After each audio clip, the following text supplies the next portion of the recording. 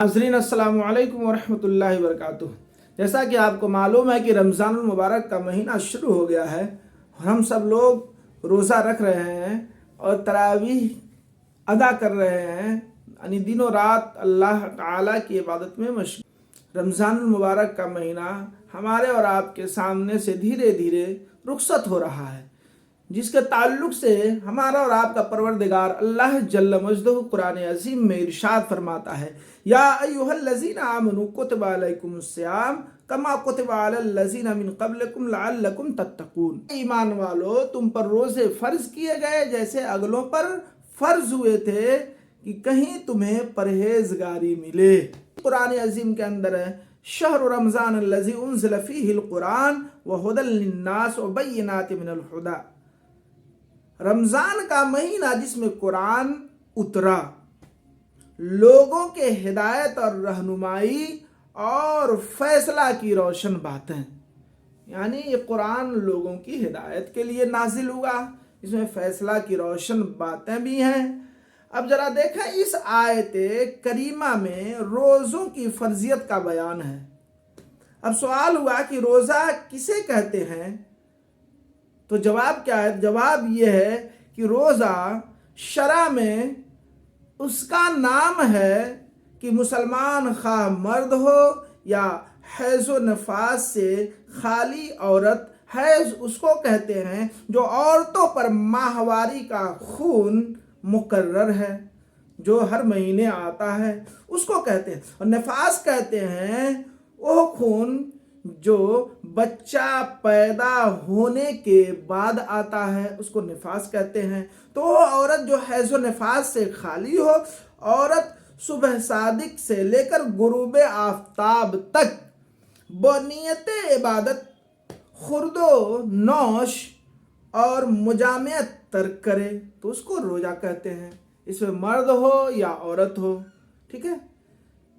अगर ये इन सारी चीज़ों से वो परहेज करता है, तो इन सारी चीज़ों को तर्क करता है, तो उसे रोज़ा कहते हैं, बहवाला आलमगीरी वगैरह। अब जब तक सवाल हुआ कि रमज़ान के रोज़े कब फ़र्ज हुए, तो जवाब यह है कि रमज़ान के रोज़े 10 शव्वालुल मुकर्रम सन 2 हिजरी को फ़र्ज किए गए, बहवाला दुर्र मुख्तार। इस आयत से साबित होता है कि रोज़े इबादत कदीमा है।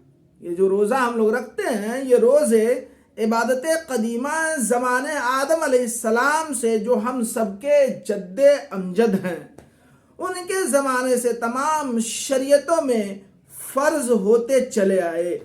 अगरचे अय्याम व अहकाम मुख्तलिफ हैं या अलग थे, मगर असल रोज़े सब उम्मतियों पर लाजिम रहे और हम सब गुनाहों से बचें, क्योंकि ये कसरे नफ्स का सबब है और मुत्तकीन का शियार है। समझ रहे हैं? यानी सिर्फ रमज़ान का एक महीना और सफ़र का क्या हुक्म है? ये रमज़ान का जो ये महीना, इसमें अगर कोई सफ़र करता है तो सफ़र के लिए क्या हुक्म है? तो सफ़र से वह मुराद है जिसकी मुसाफत 3 दिन से कम न हो।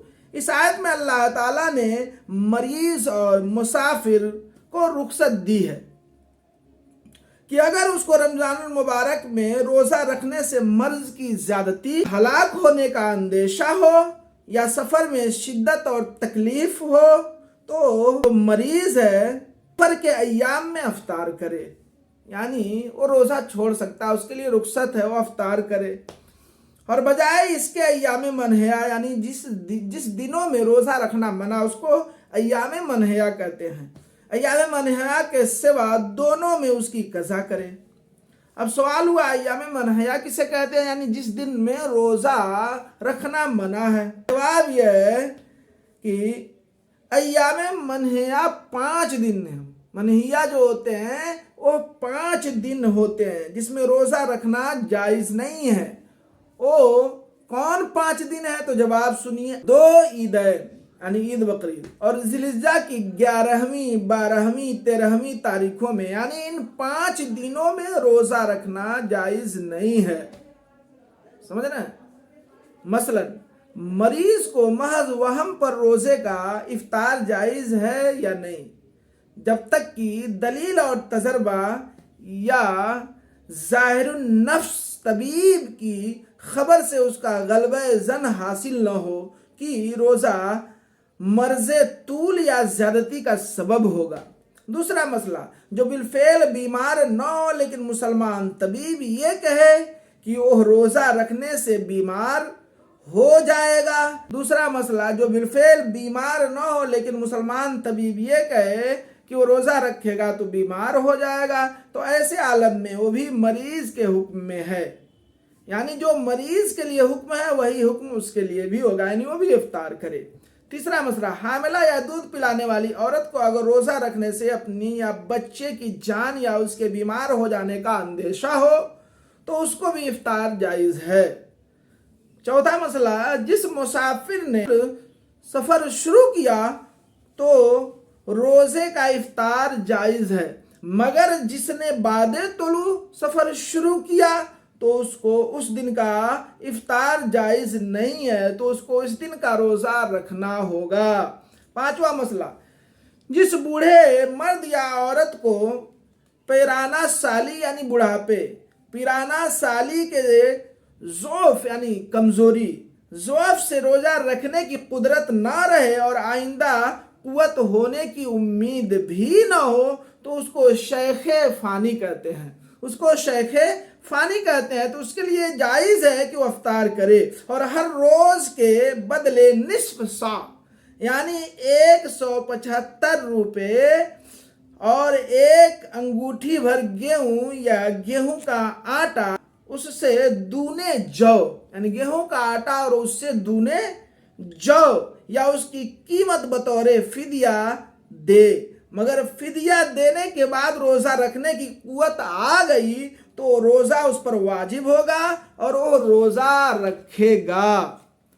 چھٹا اور اہم مسئلہ، اور ایک اہم مسئلہ کہ شیخ فانی یعنی بوڑھا مرد، جسے بوڑھا مرد کہتے ہیں اس کو شیخ فانی کہتے ہیں، شیخ فانی یعنی بوڑھا مرد نادار ہو اور فدیہ دینے کی قدرت نہ رکھتا ہو تو اللہ تعالیٰ سے استغفار کرے اور اپنے عفو و تقصیر کی دعا کرتا رہے، یعنی فدیہ کی مقدار سے زیادہ، یعنی یہ دعا کرے استغفار کرے زیادہ دے۔ اس سے معلوم ہوا کہ اگرچہ مسافر و مریض کو افطار کی اجازت ہے لیکن بہتر و افضل یہ ہے کہ وہ روزہ رکھے، یعنی روزہ رکھنا ہی اس کے لیے بہتر اور افضل ہے۔